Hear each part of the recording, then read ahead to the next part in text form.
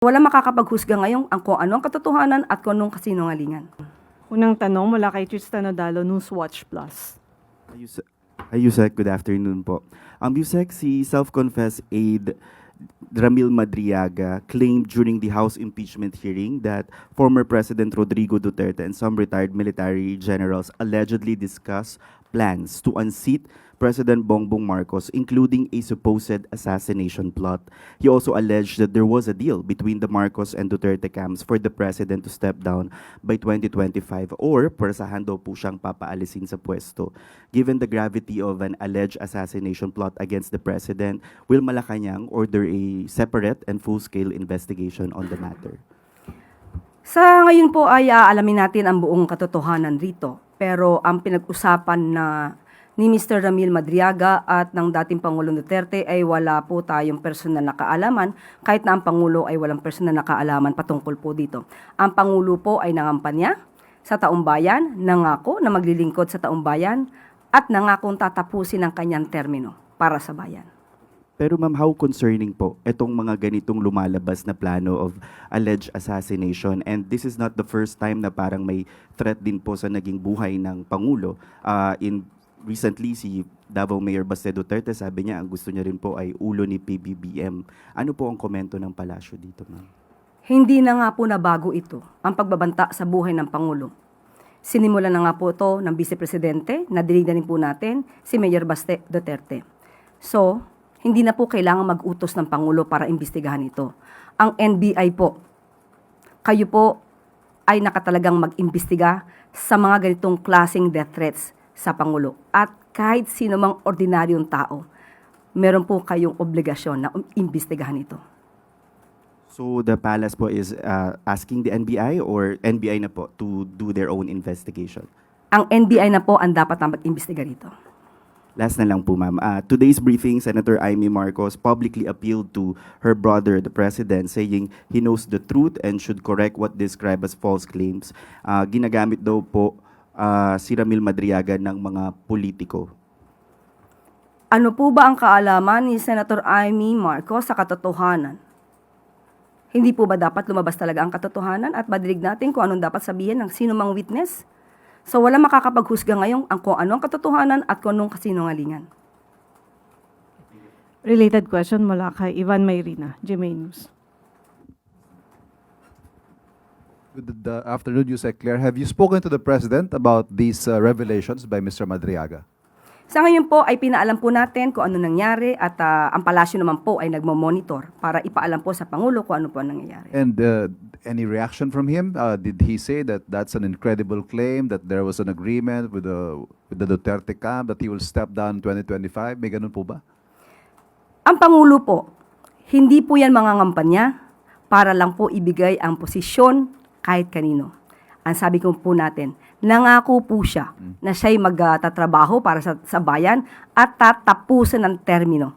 So nag-react nga po ba siya? Did you get a reaction from him on that particular point? Siya po ay nagulat. Dahil hindi po ganun ang Pangulo. Okay. Last po. There were attempts to put into question the credibility and character of Ramil Madriaga by some members of Congress. Kayo po, ma'am, as a trial lawyer, how do you assess the credibility of Ramil Madriaga as a witness? As a trial lawyer, not as a palace press officer. Ang isang tao, kahit ikaw man ay kriminal, o ikaw man ay sinasabing nagbebenta ng ligaya, kapag ikaw ay may kaalaman at insider ka, hindi pwedeng isawalang bahala ang iyong sasabihin. Hindi questionable ang kredibilidad anumang antas mo sa buhay. So, kailangan lang mapakinggan ang lahat na masasabing may kinalaman sa anumang anomalya. Sunod na tanong mula kay Alvin Baltasar, Radyo Pilipinas. Yusek, good afternoon po. Yusek, tuloy po ba yung filing of cases against fake news peddlers and this week? And na-identify po ba natin kung sino-sino yung mga nasa likod, individual man o grupo ito, Yusek? Magsasampa po ng kaso ng further investigation ngayong hapon. At yes, meron pong 3. Can we name names? Kapag ka po na ibigay na po ang dokumento sa DOJ, ibibigyan po namin kayo ng kopya. Malalaking personality ito, Yusek. Yes. Thank you po. Sunod na tanong mula kay Rafi Ayeng, Daily Tribune. Hi, ma'am. Good afternoon po. Balikan lang natin yung nangyari noong Lunes na nag-jogging ang Pangulo at nag-post na naman po si dating spokesperson Harry Roque at sinabi niyang, and I quote, mas mabuting mag-release ng medical bulletin kaysa patakbo-takbo ng ilang metro. Para po sa Pangulo, gusto lamang niyang ipakita sa mga nagmamahal sa kanya at sa taong bayan kung ano pa talaga ang kanyang health condition. Ito po ay para maisantabi ang mga kasinungalingan na ngayon ay nagsisirculate laban sa kanya. Ang pagtakbo po ay hindi masama. Mas maganda po na tumakbo ng ilang metro kesa tumakbo sa kamay ng batas. At tandaan po natin, kahit naman po noong nakaraang Pangulo, ilang linggo siya nawawala. Pero anong sinabi ng kanyang mga alipores at alagad? Ito po, nandiyan po si dating presidential spokesperson Ernesto Abella. Ang sabi, as far as I can see, there's really no need to do that. Release Duterte's health records. Kahit na po itong si Harry Roque, ang sinabi po niya, I don't think the people should worry about lack of transparency because the president himself will say what his condition is. So, nakita na po natin kung anong kondisyon ng Pangulo. Kayo po mismo ang saksi. So, ganito mga paninira nang galing lamang sa kampo ng nais na pabaksakin ng Pangulo. Sila po ay mga mapanira lamang at walang magawa sa buhay. Ma'am, on another topic naman po, yung pinaka-latest is sa patuloy na hindi pagharap ni VP Sara sa impeachment proceedings. Ano po ang nakikita niyong ang masasabi ng palasyo tungkol dito? Choice niya po yan. Kung ayaw niya pong ipakita sa taong bayan ng katotohanan at yung issue about accountability and transparency, yan po ay hindi niya pinakikita sa taong bayan ngayon. Choice niya po yan. Thank you. Sunod na tanong mula kay Maricel Halili, TV5. Good afternoon, Yusek. Yusek, may we have Palace's reaction about the filing of petition of the United People's Initiative?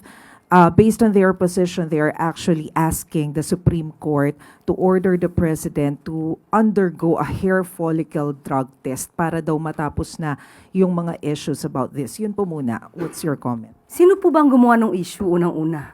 Hindi po ba sila? Silang gumagawa ng issue ng walang basihan. So, meron na po rin dati naging ruling ang Supreme Court patungkol po dyan sa nakaraang Pangulo. At ating ipapakitang muli, no? Isa itong article na sinulat, babangkitin ko ng pangalan, ni Mr. Ray Panaligan. Okay?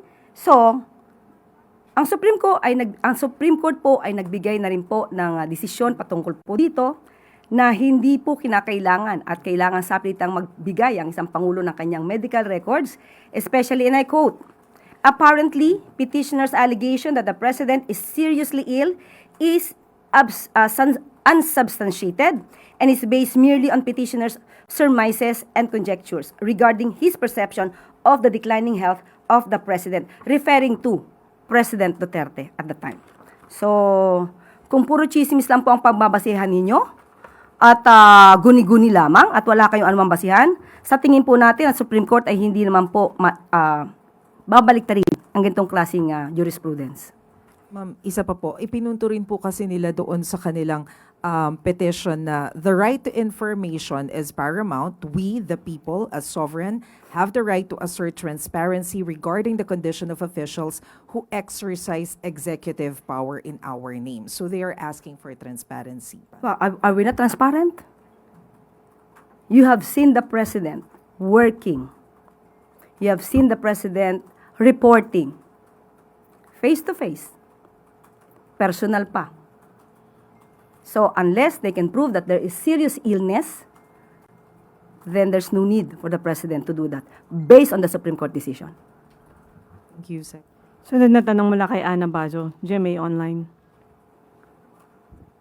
Afternoon, ma'am. Ma'am, Cavite Representative Kiko Barzaga has called for the ouster of the president, claiming na si presidente yung nasa likod ng pagpapakulong sa kanya.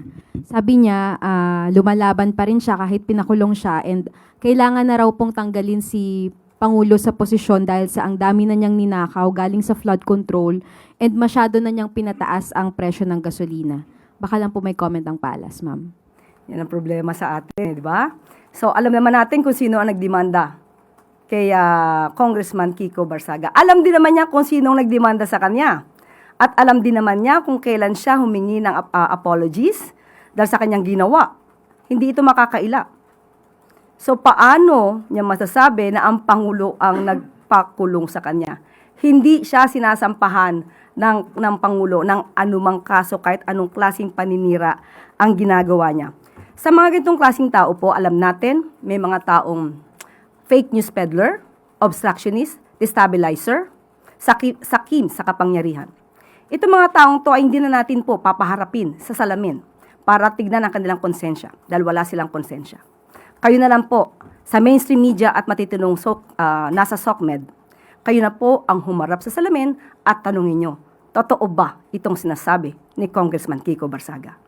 Ma'am, yung statement lang po ni Congressman, as a lawyer, ma'am, makikita nyo rin po ba ito na inciting to sedition na rin yung ginagawa niya? Obviously, yes. Thank you, ma'am. Sunod na tanong mula kay Jervis Manahan, ABS-CBN. Hi ma'am, good afternoon.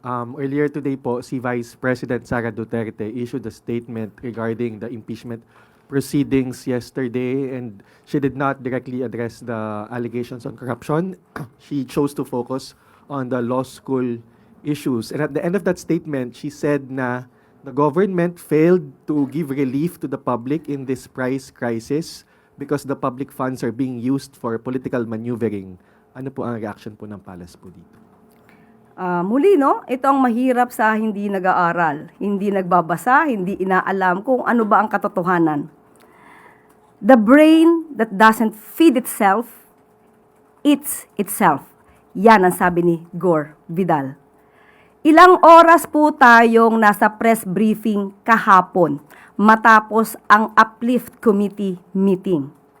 Halos 2 oras tayong nagkaroon ng diskusyon kung ano ang tulong ng gobyerno, ano ang maaari pang ibigay na benefits sa ating mga kababayan. Halos 2 oras. Natapos na nga po ang lunchtime, hindi pa po tayo nakapag-lunch para lang matapos ang ating briefing. Sa oras na yun, wala man lang ba siyang nalaman at nakita at narinig kung ano-ana ang mga programa ng Pangulo. Nakakalungkot para isang public servant, no? Nakakalungkot para sa isang public servant na lumalabas na walang alam. At wag niya pong ipahid ang mga issue ng accountability and transparency dahil may sarili po siyang issue ngayon na dapat niyang kaharapin. Ma'am, on another matter po, the Ombudsman is investigating 26 lawmakers na allegedly ay involved po sa infrastructure scandal, no? Not just flood control but infrastructure scandal. May knowledge po ba tayo dito or ano po ang masasabi po natin?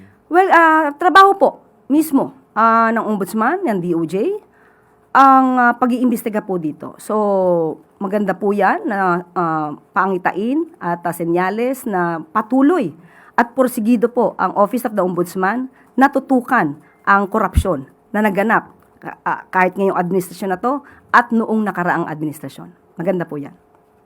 So we are seeing more names po being implicated in this scandal po. Depende na po yan sa maiimbestigahan po ng Office of the Ombudsman. Thank you, ma'am. Sunod na tanong mula kay Samuel Medinilla, Business Mirror. Microphone, please. Ay, dito. Kay Mase.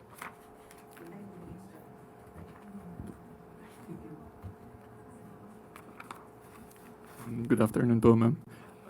Reaction lang po regarding po dun sa recent IMF at saka Moody's projection po sa economic growth ng Pilipinas. Confident pa rin po ba ang Marcos administration if it will still achieve upper middle income status and its poverty reduction targets within the Marcos administration po?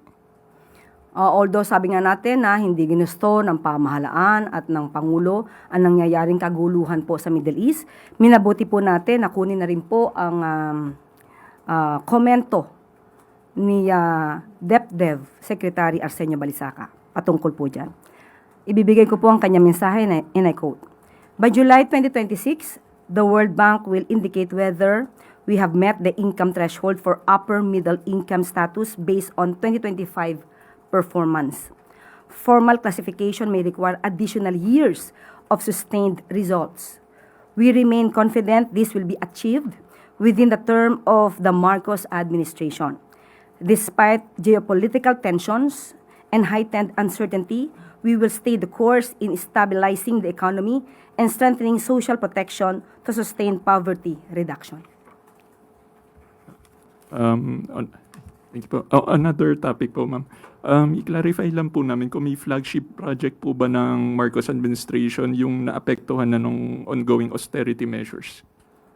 Sa ngayon po ay hihingin ko po muna at ibibigay ko po sa inyong detalye.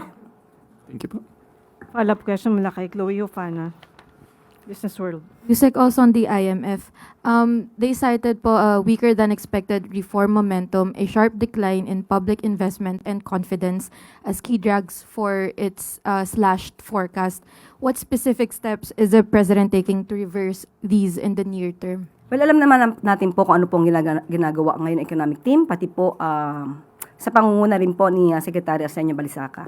Sinabi niya rin po ito, in I quote, most Asian economies are likely to miss their growth targets this year due to global supply chain disruptions and heightened uncertainty from the Middle East. So sa ngayon po, kahit ano po ang naranasan natin ngayon dahil dulot ng gulo dito sa Middle East, pinagsusumikapan po ng gobyerno na maibsan or maiwasan, mabawasan ang naranasan natin na hirap dulot ng krisis sa Middle East.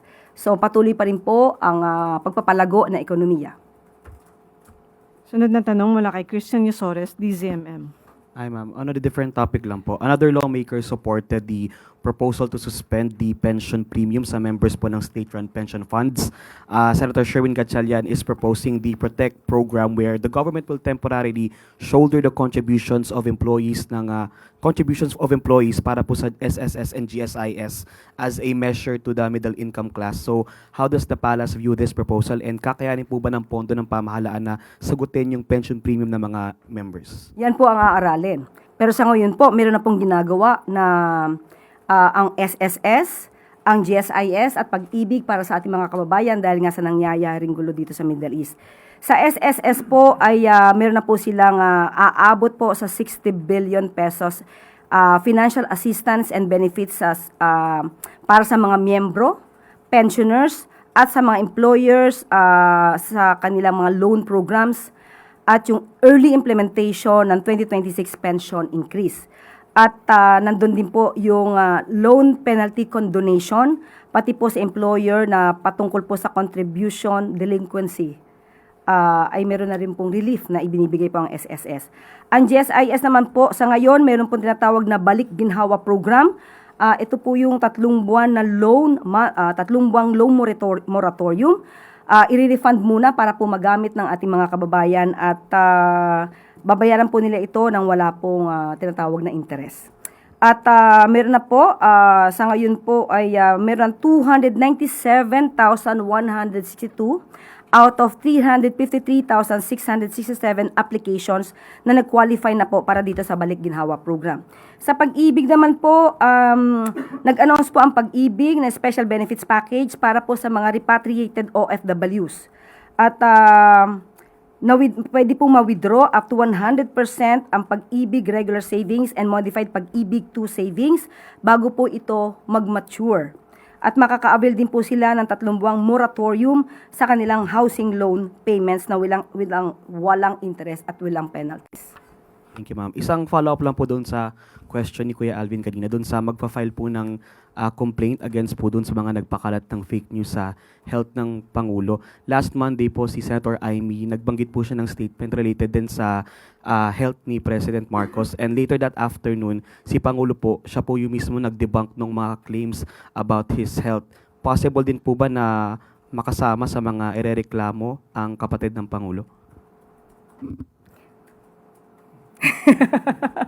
Kung si Pangulo pang tatanungin natin, buong pagmamahal, buong paggalang ang ibinibigay niya sa kanyang kapatid. Hindi po siya kakaibang kapatid. So, yun po ang ugali ng ating Pangulo. So, ang NBI po, depende na po sa NBI yan kung paano nila itong iimbestigahan.